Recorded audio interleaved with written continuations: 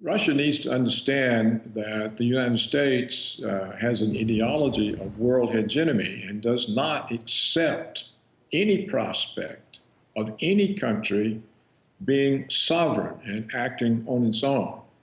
You have to be an American vassal state.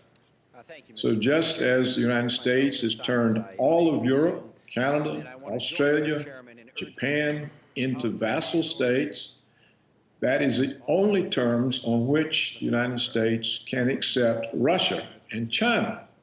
It will not accept them as sovereign, independent countries following their own interests.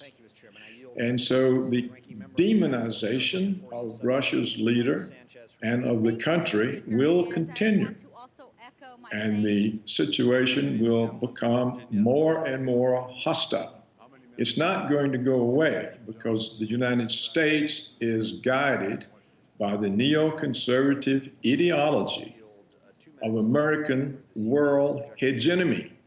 And that means hegemony over Russia and China. Now, the resolution accuses Russia of building and providing the missile which shot down the MH17 airliner.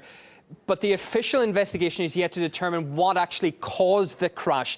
So why did the lawmakers have to include these accusations in the resolution, do you believe? It's propaganda. Facts don't play a role in this.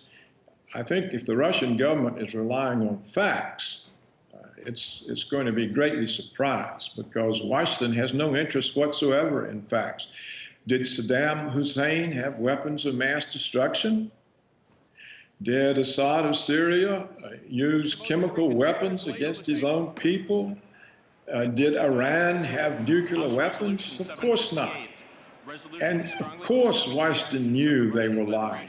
Look, this House resolution is identical to what Adolf Hitler said when he announced that last night Polish troops crossed the frontier and attacked Germany. There's no difference.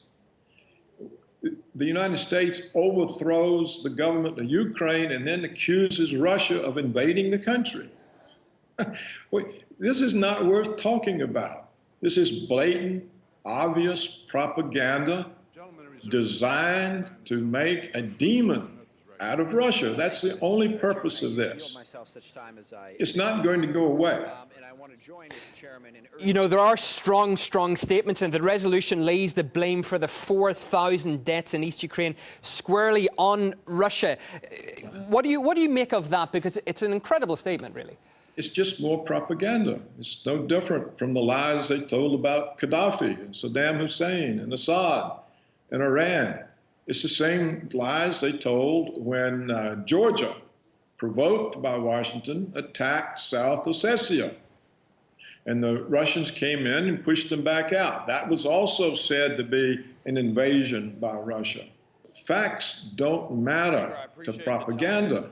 Washington is using propaganda. You know, the Russians need to wake up. They have an enemy. The enemy intends to destroy you. That's what the fact is. There's no sense playing that this is somehow a mistake where we can get the facts out and people will come to their senses. The United States has a policy of world hegemony, and you're seeing that. That is what is being operating. They're operating world hegemony. They cannot stand another state with enough power to get in their way.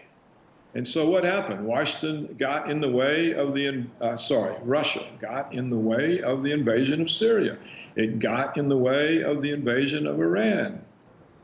Now, at the time, Washington was fully used up in the Middle East in the wars and couldn't do anything about it.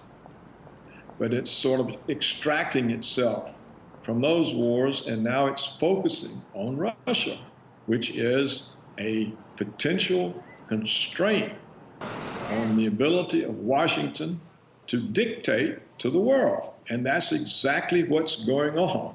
It's the use of propaganda to achieve hegemony.